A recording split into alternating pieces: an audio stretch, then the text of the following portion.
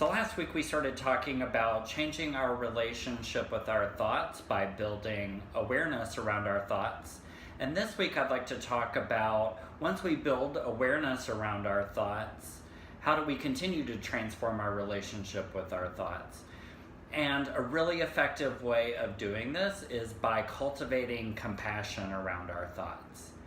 So I think of our minds as little toddlers. And I use this analogy a lot, that our minds are like toddlers and they're always curious and they're always going around and getting into things. And that's what we want our minds to do. We want our minds to create thoughts. It's just what they do. If they stop doing that, then we're in trouble. The reason this analogy came to mind for me was because a long time ago I was taking care of my niece Hannah when she was probably about 2 years old, and I'd never taken care of a kid before, and my sister and mom entrusted her to me for the day. Well, of course my house wasn't child-proofed, and of course every time I turned around she was going for something else that was dangerous. I had stairs in my living room that went down a full flight, no child gate of course. Every time I turned around, boop, boop, boop, she's going right for those stairs. So I would pick her up, I would turn her around, boop, boop, boop, right for the electronics. Pick her up, turn her around, boop, boop, boop, right for the corner of the coffee table. So it was just like one thing after another, but that's what toddlers do.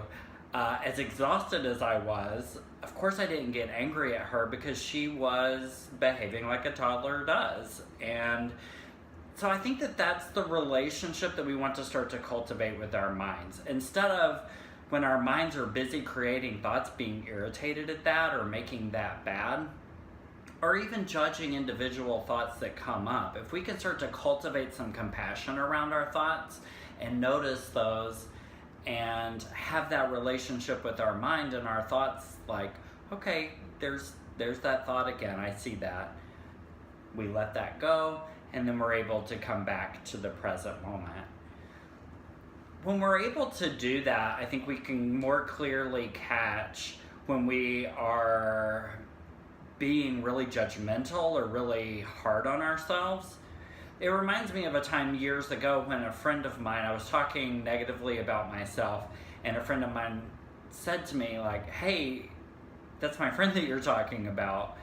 And it really stuck with me because, it occurs to me that we talk to ourselves in ways that we wouldn't talk to people that we really care about. I mean, we talk to ourselves in ways, honestly, that we wouldn't talk to people that we even dislike. And we get away with that because there's not anyone holding us accountable, and because we haven't built a compassionate and aware relationship with our thoughts. When we can bring compassion into our thoughts and into our relationship with our thoughts, it starts to transform that relationship with our thoughts. When we transform our relationship with our thoughts, we transform our relationship with ourselves. When we transform our relationship with ourselves, we start to transform our relationship with others. And it just moves outward in that way, and it expands in our lives, and it lines our life up in the direction that we want to go, internally and externally. So I hope you enjoyed this video today. If you'd like to stay up to date with everything that's going on with Inner Sun Psychotherapy, videos and resources, you can like Inner Sun Psychotherapy's Facebook page. You can also find out more about me and about my practice at innersunpsychotherapy.com. I hope you have a great day. Take good care.